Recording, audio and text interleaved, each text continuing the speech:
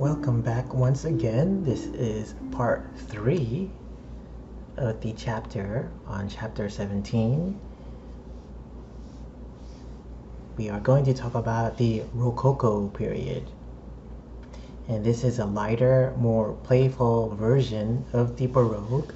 It is enthusiastic sensuality. There is this imitation of curved shapes of shells.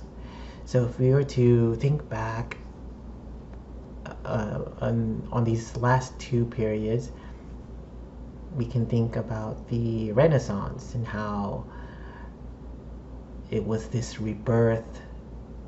It was finding inspiration with new things, and this focus on humanism, where they were becoming more interested in the sciences, and they were focusing a little bit more on humans and less the divine. And after the Renaissance, the Baroque period was a time for the church to try to bring people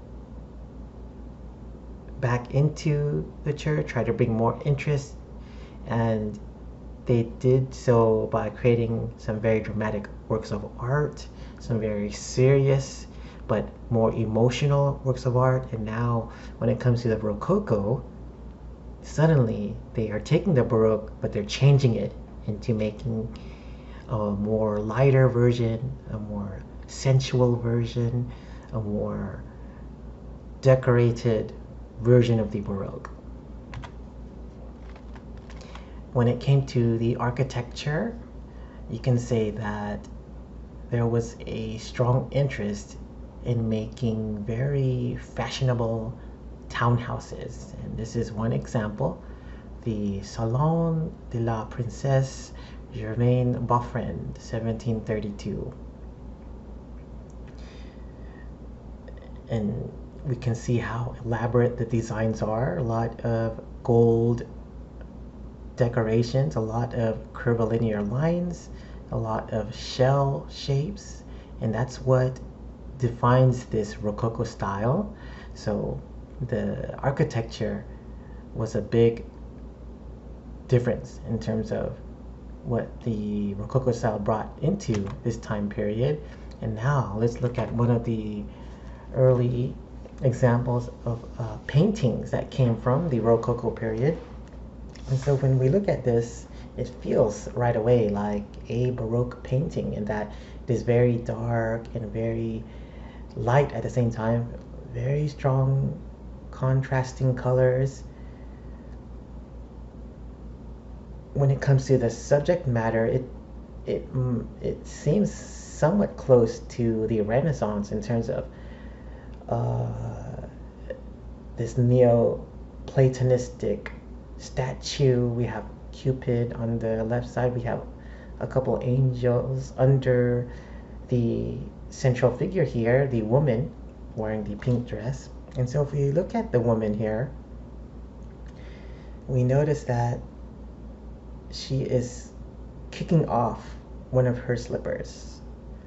And if you see the way she is dressed, she is not a commons woman. She is probably wealthy, just from the amount of texture and the ruffles in the fabric and the elaborate hat. If you look behind her, there is a man that is helping her on the swing. Perhaps he's pulling her or pushing her to go even higher.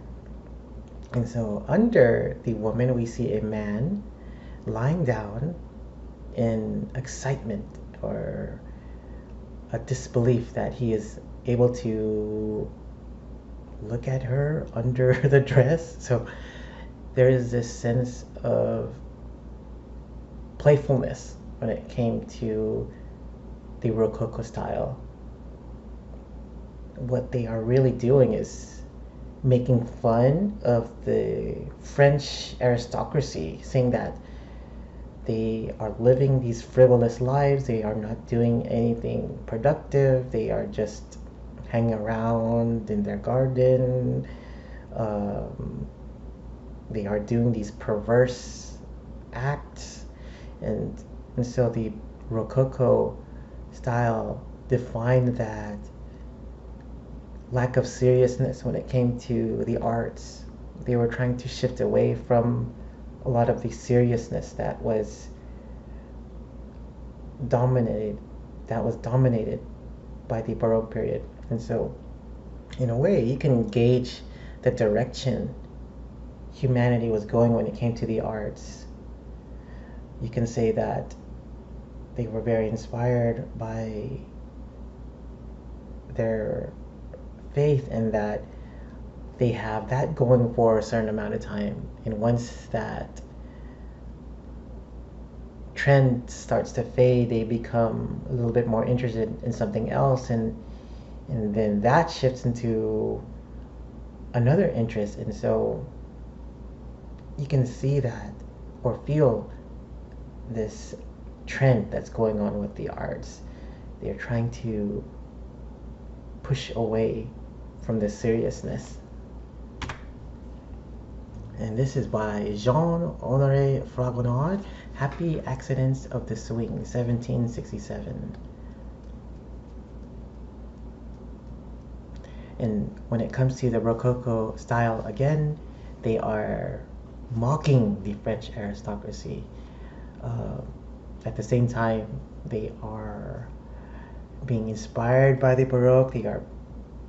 They are pushing the style, but going a different direction.